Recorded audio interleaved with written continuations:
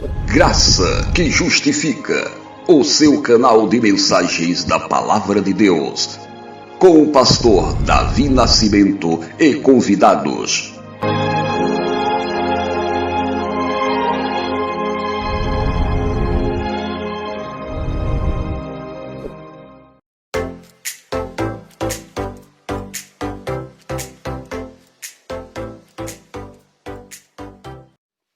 Havia, queridos, ali na Idade Média, uma centralidade, não nas Escrituras, propriamente dito, queridos, mas na Igreja Romana.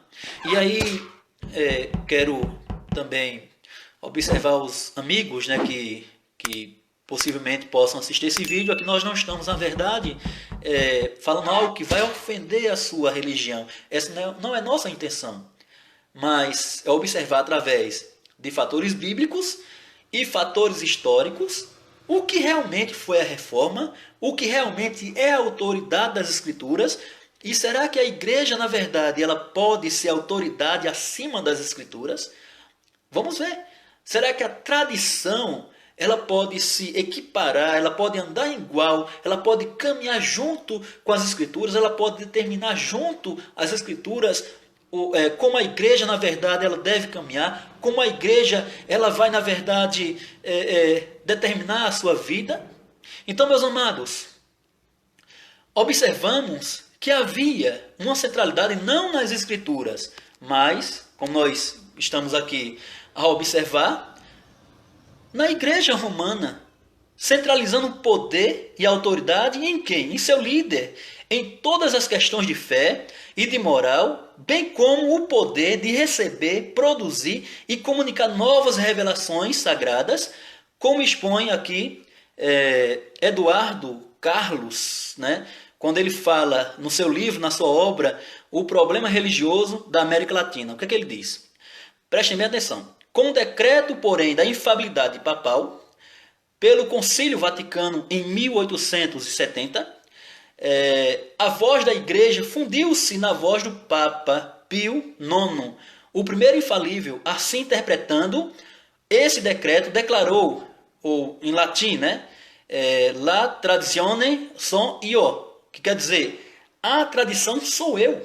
Ou seja, o que é que o Papa, através aqui do Concílio Vaticano, ele vai dizer, olha, a tradição sou eu. Ou seja, eu sou autoridade sobre a igreja. Eu sou infalível. Eu não peco, eu não erro. E eu posso determinar o que a igreja ela vai crer e como ela vai crer. E operou-se, irmãos, uma franca evolução da autoridade infalível no seio do catolicismo romano, conforme observamos.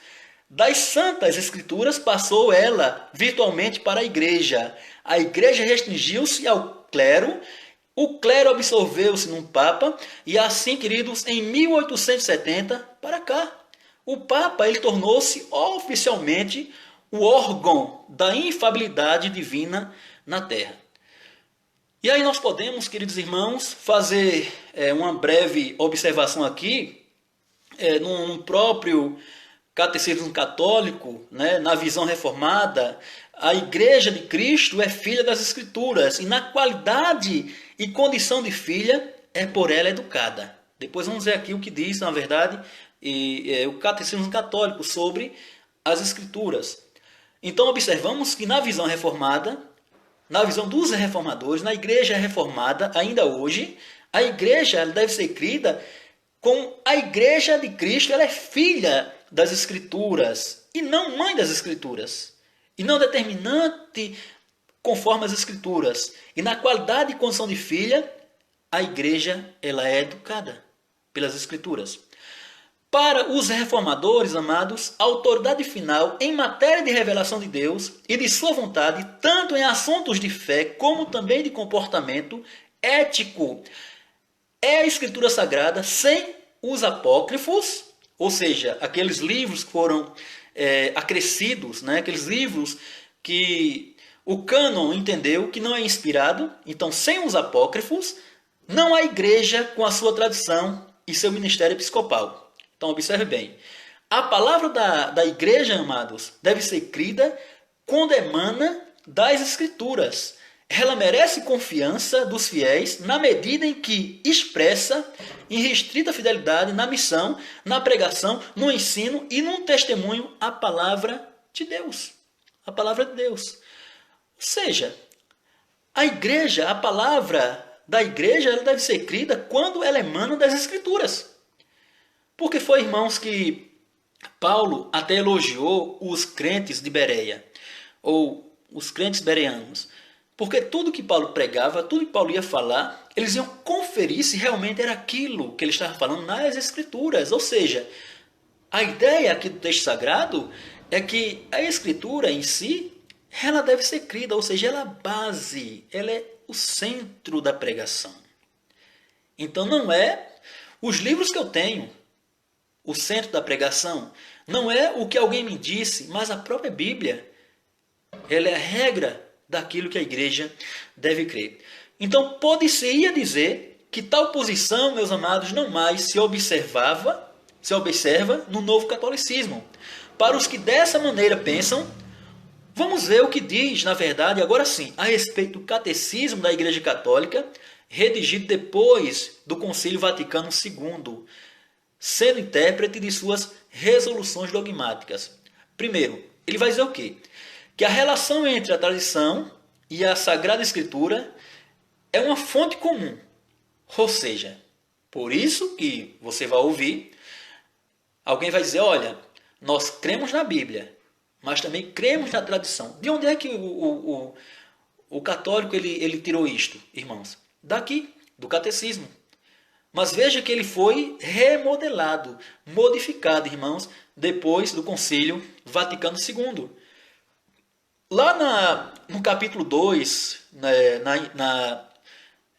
na parte 80, né, a linha 80, nos diz assim, queridos, elas estão entre si estreitamente unidas e comunicantes, pois, promando ambas da mesma fonte divina, formam de certo modo um só todo e tendem para o mesmo fim.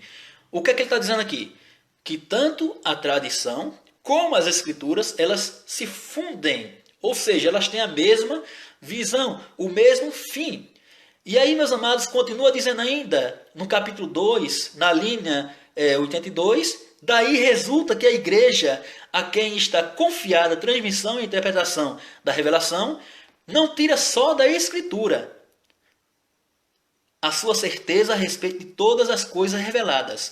Por isso, ambas devem ser recebidas e veneradas com igual espírito de piedade e reverência.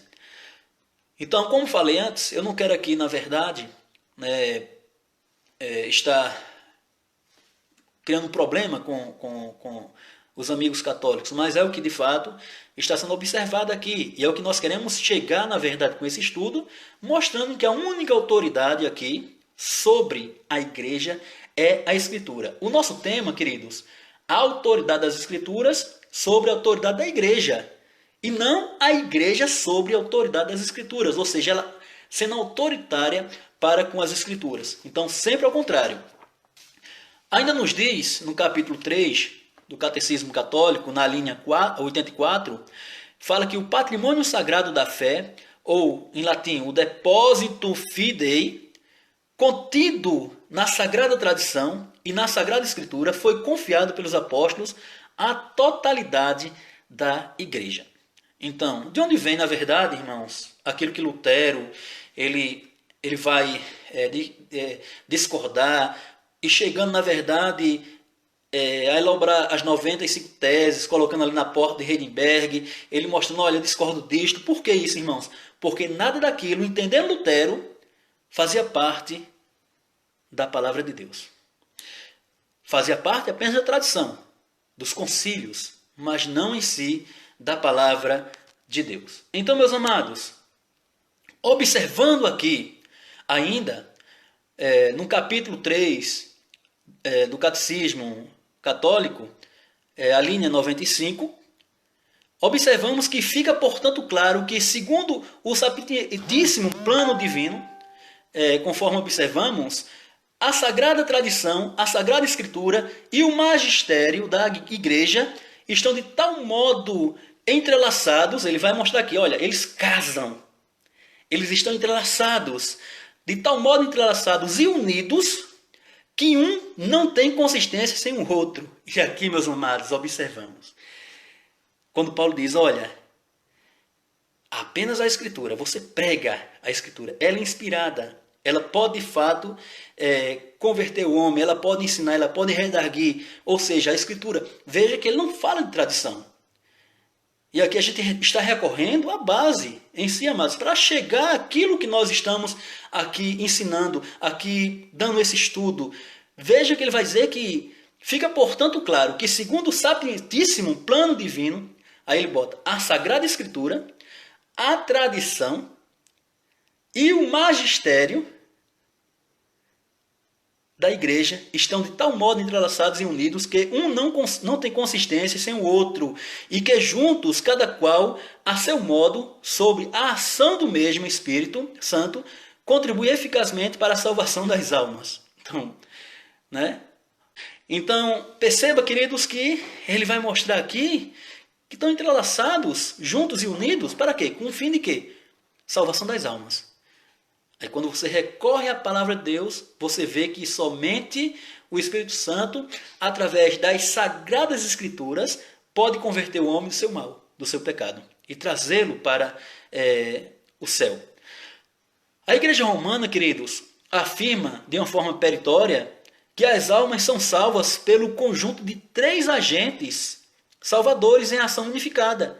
Ele vai dizer que a tradição, alinhada em primeiro lugar, perceba que na ordem aqui do catecismo, ele vai colocar a tradição em primeiro lugar. A tradição, em segundo lugar, aí vem as escrituras, em terceiro lugar, o magistério eclesiástico, ou seja, o clero. Então, esses unidos, eles têm, na verdade, o poder de salvar o homem. Ele tem o poder, na verdade, de dar salvação à alma. E dentro, meus amados, destas questões do passado e também em nossos dias, observamos aqui que há um eco da reforma. Que eco é esse, irmãos? A reforma sustentou, queridos irmãos, e ainda sustenta hoje os crentes, na verdade, que observa o porquê da reforma. Ele vai observar o seguinte, que há um eco primado do sola escritura. A palavra aqui latina, solas escritura, quer dizer somente as escrituras, sem nada acrescentar, sem nada, na verdade, enxertar, mas ele vai mostrar somente as escrituras. Então esse eco ainda está hoje, ainda ecoa. Então, meus amados, a palavra de Deus, a qual nada se acrescentará. O que é que nos diz a palavra? Nada acrescentareis à palavra. Paulo ele vai, de fato, falar de uma forma mais enfática, quando ele diz, olha, se vier um anjo, e vier, ou mesmo eu, vier pregar outro evangelho, ao qual estou pregando, que esse seja o quê? Anátema. Então vejam, meus amados, que não há um outro evangelho, não há, na verdade, uma outra realidade, não há uma outra tradição. Então, contra a doutrina e a prática da insuficiência da revelação das Escrituras, aí vemos aqui, lá no século XVI, os reformadores sustentaram e testemunharam a sua absoluta e plena suficiência.